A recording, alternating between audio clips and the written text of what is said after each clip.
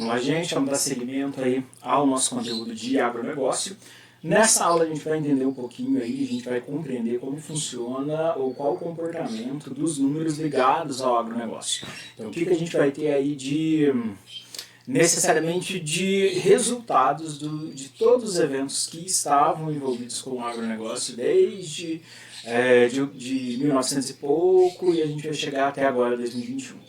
Então, a gente vai ver basicamente como funciona, quais foram os resultados, se realmente o agronegócio é viável, qual setor aí tem o maior padrão de crescimento. Então, a gente vai estar basicamente nessa aula vendo a respeito disso. Deixa eu só diminuir isso daqui um pouquinho, que fica só a gente para conversar. Vamos lá. Dessa forma, aí o primeiro item que a gente vai avaliar é a respeito do que a gente tem que atua nos maiores eventos de exploração, que atua nos maiores eventos aí de processo de exportação, processo de produção e por aí vai. Então, o que a gente sabe atualmente? Que a gente tem necessariamente uma variedade muito grande de itens que podem estar atuando no agronegócio. Então, desde a produção de alimento, da produção de fibra, da produção de grãos para ração, enfim. Alimento tanto humano quanto alimento animal. E a gente percebe que é uma variedade muito grande, numa taxa de produção muito alta, e isso, de certa forma, traz um impacto muito grande para o nosso território. Só que, com alguns processos organizacionais em termos de cooperativas, em termos de relações criadas com outras empresas, principalmente instituições de pesquisa, universidades, empresas privadas que atuam na pesquisa. A partir daí, a gente teve uma melhoria muito grande em termos de desenvolvimento, em termos de novas metodologias, em termos de novas ferramentas, que acabaram melhorando o nosso processo de produção, que é o que garantiu que a gente conseguisse ter uma produção tão alta assim, independente de qual recurso, mas que a gente tem uma produção tão alta e essa produção está alinhada a um evento de desenvolvimento. Sem um evento de desenvolvimento, a gente ia ter uma exploração do território gigantesca.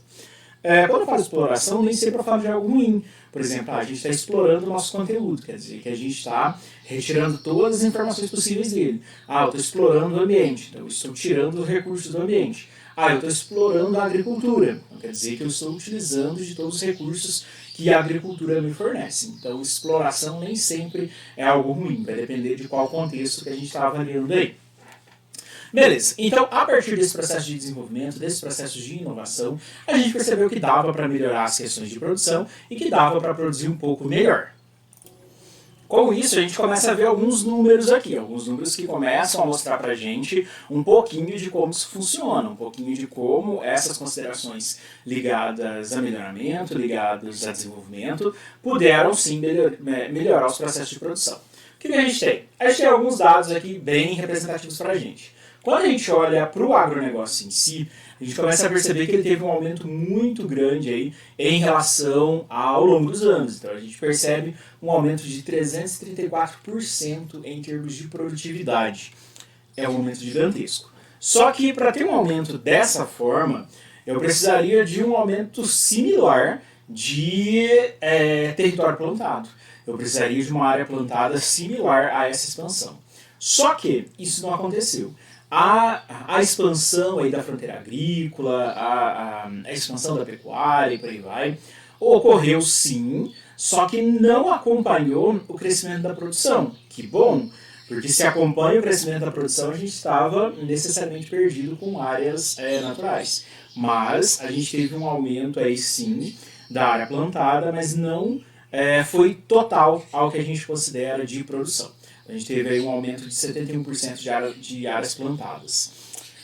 É muita coisa, sim, mas para um período aí de 1990 a 91 a gente não tinha tantas áreas plantadas assim, aumentou 71% do que já tinha, então a gente percebe que é um valor aí relativamente grande, sim, mas para acompanhar esses 300% aí de produção, necessariamente seria um valor muito mais alto. Então, de certa forma, isso acabou que compensa um pouco aí a questão da exploração ambiental.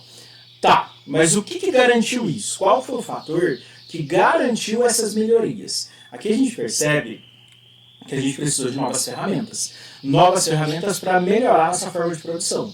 Então a gente começou a produzir plantas de uma forma mais eficiente e a criação de animais também começou a ser algo mais eficiente, seja por metodologias de cultivo e de criação ou por técnicas de melhoramento genético. Então esses dois fatores aqui, que estão ligados ao desenvolvimento, que estão ligados à tecnologia, eles estão diretamente associados com esse aumento de produção que a gente teve aí de 1990 para agora. E se a gente for comparar com dados de 2021, a gente percebe que isso continua em crescimento, justamente pelo avanço que a gente está tendo das tecnologias ligadas a cultivo e ligadas à pecuária. Graças a essas tecnologias aí, a gente conseguiu melhorar bastante os aspectos relacionados aos processos de produção. Aqui a gente tem um exemplo, né, de como vai funcionar esses aspectos ligados aí ao melhoramento. Aqui é um exemplo para vocês de melhoramento de plantas. Então a gente vai ter um primeiro momento aí que vai ser definir qual que é a característica que eu quero. É uma melhor produtividade, uma maior produção de grãos, uma melhor utilização do espaço geográfico. É uma resistência a grupos de fungos, uma resistência a grupos de insetos praga, uma resistência à competição com outras plantas daninhas. Então, qual que é a característica de interesse? O que eu estou querendo aí trazer para esse meu novo grupo de plantas? Depois disso, gerar ou resumir essa variabilidade que eu quero, as minhas plantas de interesse, selecionar as plantas que vão atuar, se vai ser soja, se vai ser feijão, se vai ser café, enfim. Então, qual vai ser a planta que a gente vai atuar nesse processo de melhoramento, que obviamente é um evento de transgenia, e eu vou ter aí algumas plantas, alguns genótipos, algumas variedades que foram criadas a partir da transgenia. Essas variáveis, elas precisam ser testadas, então eu preciso plantar esses indivíduos e ver exatamente qual grupo aí, com qual característica nova que eu acabei de lançar, ele acaba tendo um melhor desempenho nos eventos de crescimento, ele acaba tendo um melhor desempenho aí nos processos de produtividade. Encontramos aquele genótipo, encontramos aí aquele grupo de plantas que necessariamente vai produzir melhor, independente se for mais ou de uma melhor forma. Mas encontramos a planta de interesse. O que a gente precisa fazer agora? Estimular os eventos de produção de mudas e sementes para comercialização. Então, isso é uma ferramenta que a gente utiliza para a planta, bem similar para grupos de animais também. E tudo envolve a manipulação genética. Então, a gente percebe o quê? Que aqui foi o que garantiu esse processo de expansão tão grande. Então, aquele aumento de 300% lá na produtividade, ele foi direcionado com eventos ligados à transgenia e eventos ligados à gestão do agronegócio, necessariamente as ferramentas utilizadas, as metodologias utilizadas em termos aí de exploração do meio, em termos aí de exploração da área geográfica. Se a gente for desconsiderar todos esses eventos de desenvolvimento, desconsiderar todos esses fatores ligados aqui a essas inovações tecnológicas que a gente conseguiu chegar, a gente precisaria crescer aí em 100 milhões de hectares para atingir a produção que a gente tem atualmente. Então não dá para a gente ter uma utilização do ambiente de uma forma tão acentuada dessa maneira. Então, para isso, o avanço da tecnologia acabou ajudando bastante a gente. Quando a gente faz uma comparação simples do avanço aí do agronegócio, a gente percebe um pouquinho a respeito de números necessariamente. A gente percebe que o agronegócio ele realmente mantém a nossa situação comercial positiva graças a ele, graças à sua movimentação. A gente teve aí para 2020 um superávit gigantesco relacionado com as questões comerciais em geral, em termos aí de 50 bilhões de dólares. Então é muita coisa aí pra gente. Só que desse saldo, a gente tem aí 87 bilhões só destinados ao agronegócio. Porque quando a gente tira o agronegócio dos outros setores comerciais, a gente tem um sistema em déficit. Então a gente tem um sistema aí que está abaixo da balança. Justamente com a ação a união do agronegócio com os outros setores aí, comerciais, a gente consegue manter esse superávit. Fora isso, a gente está decaindo em termos comerciais. Então, o agronegócio salva essa balança. O agronegócio consegue manter essa balança funcionando, o que impede da gente ficar em déficit aí todo ano. Então, isso acaba sendo algo bem interessante, algo bem funcional que o agronegócio acaba propiciando aqui. Vamos dar uma olhadinha aqui em como esse gráfico funciona. E ele está mostrando para a gente os sistemas de produção de grãos desde 1990, 91 até 2019, 2020. Deixa eu chegar aqui para eu apontar para vocês. Beleza. Então a gente tem a área semeada aí em milhões de hectares, a produção em milhões de toneladas e a área que foi poupada em termos de milhões de hectares aí. Beleza. Eu quero que vocês notem que a produção de grãos, à medida que a gente começa a ter um avanço melhor da exploração técnica, um avanço melhor dos aspectos ligados ao avanço da tecnologia, a gente tem um crescimento muito grande da produção de grãos. E a gente está percebendo que isso é algo que está sempre contínuo.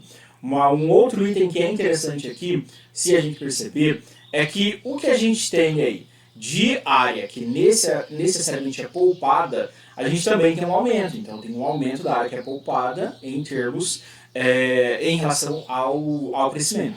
Como que é esse cálculo de área poupada aí? Por exemplo, se para produzir 1 tonelada de grãos eu preciso de 1 hectare, vamos pensar dessa maneira, e para produzir 10 toneladas eu precisaria de 10 hectares, seria uma regra de 3 básica. A partir da tecnologia, o que eu consigo fazer? Eu consigo produzir as mesmas 10 toneladas aí de grãos, mas eu vou produzir uma área, por exemplo, de 7 hectares. Então quer dizer o quê? Eu tive 3 hectares sendo poupados aí. Então o que a gente percebe? A gente consegue avançar o nosso processo de produção de grãos e, necessariamente, a gente consegue também impedir que muita área seja ocupada. Mas, Edmar, por que ainda existem problemas ambientais? Porque nem todos os problemas ambientais são diretamente ligados com o plantio. Eles podem estar ligados com algum outro setor do agronegócio que não seja o plantio em si. A gente tem eventos que a gente chama que são dentro da porteira e fora da porteira. Já a gente vê isso. Mas são eventos ligados ao agronegócio que ocorrem na fazenda, no local de plantio, e eventos do agronegócio que ocorrem fora da fazenda, que está direcionados aí mais ao processo de comercialização e industrialização. Então, muitas vezes é nesse setor em que eu tenho os maiores impactos aí ao ambiente. Nem sempre é relacionado ao plantio, mas também ocorre dessa maneira no plantio também. Então, o que a gente percebe aqui? A gente consegue ver um aumento muito grande, uma exploração muito grande aí de grãos a partir de uma área relativamente aí considerável. Isso acaba garantindo para a gente aí um sistema de produção bom, com uma ocupação de área também relativamente boa. Já considerando os aspectos ligados com os eventos de exportação, a gente consegue ver alguns números aqui bem interessantes para a gente. Em termos de produção, a gente consegue ver que, em relação ao total que é produzido no mundo, a gente tem uma representatividade muito grande. Então, a gente está ali em primeiro, segundo, terceiro lugar em termos de produção. Então, a gente percebe aí que, necessariamente, a gente tem uma produção muito alta. Principalmente café, se a gente vê 34% ali é nosso. Então, a gente percebe que temos uma ação muito grande mundial. E desse café, se a gente for olhar nos processos de exportação, a gente está relacionado com cerca de 26% do café que é exportado. Então, a gente tem uma representatividade muito grande. Estamos em primeiro lugar aí, em termos de exportação. Só que essa conta não fecha. Se a gente for olhar aqui para baixo, a gente tem carne, a gente tem grãos e por aí vai. Como que um país que ocupa primeiro e segundo lugar de exportação de alimentos consegue ter população passando fome? Não fecha essa conta. Então, essa conta não está fechando aí por várias questões. Então, eventos de distribuição de renda, processos em que a economia interna não vai muito bem, então eu preciso compensar com a economia externa. Mas a gente percebe que estamos em uma posição muito boa, mas falta um pouquinho de gestão interna. Então, a gente tem sim uma representatividade muito grande em termos de exportação, em termos de produção de alimento, mas a gente ainda não é suficiente para conseguir alimentar nossa própria população, mais por questões internas do que pela própria produção em si, ou pela própria população.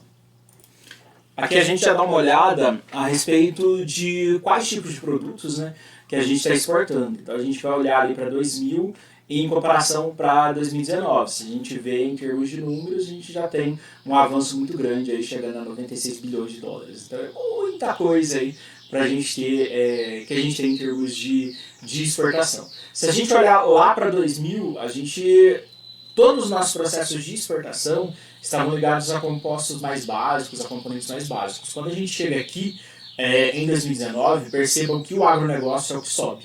Então a gente tem um aumento aí da exportação, um aumento aí da exploração de produtos derivados do agronegócio, certo? Com um avanço muito grande. Então a gente percebe ali que eu tenho uma exploração muito grande desses produtos e um evento de exportação muito grande. Então isso acaba garantindo aí grandes números para a gente em termos de aquisição, em termos de produtividade, em termos de renda necessariamente aí, quando a gente fala dessa exploração desses grupos de recursos aqui.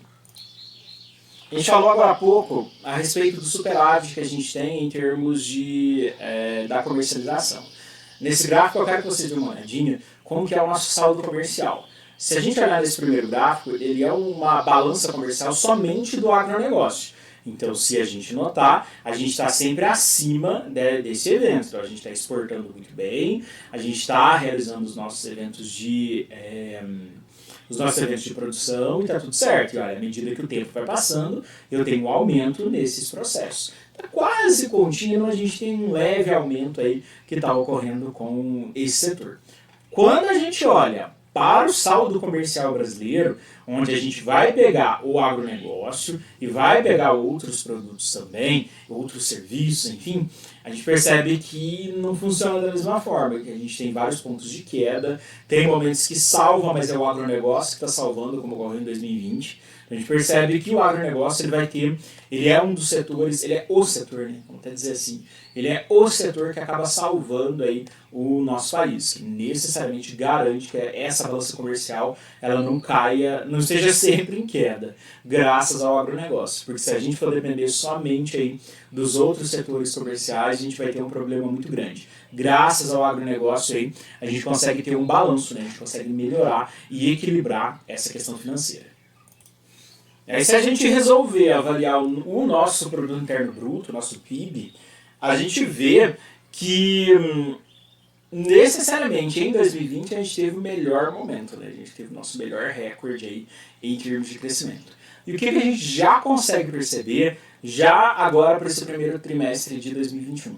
A gente já percebeu um aumento aí de mais de 5% no PIB. Então percebam o quanto que a gente está avançando aí em termos de exploração, em termos de produtividade. Isso é algo muito bom. A gente não sabe ainda se isso é derivado de área explorada ou se isso é derivado de tecnologia e desenvolvimento. Tomara que seja por tecnologia e desenvolvimento. A gente precisa que o ano feche aí para a gente ter uma avaliação melhor. Mas, por enquanto, a gente percebe que o saldo recorde que a gente conseguiu em 2020 vai ser superado em 2021. Teve esse problema atualmente aí das geadas, então talvez isso vai impactar bastante o PIB de 2021. Espero que não, mas como vai ter uma influência direta no agronegócio, é sempre o agronegócio que salva a gente, então talvez a gente pode ter um probleminha aí. Vamos aguardar para ver como que vai ser o comportamento aí do comércio em relação a esses eventos de geada que aconteceu aqui pra gente. Aqui eu tenho algumas projeções para vocês a respeito desse crescimento em 2021. Então a gente foi estimado, né, que para 2021 a gente teve um crescimento aí de 30% em relação ao nosso ótimo saldo de 2020. Só que não estava considerando essas questões ambientais que estão ocorrendo agora em 2021.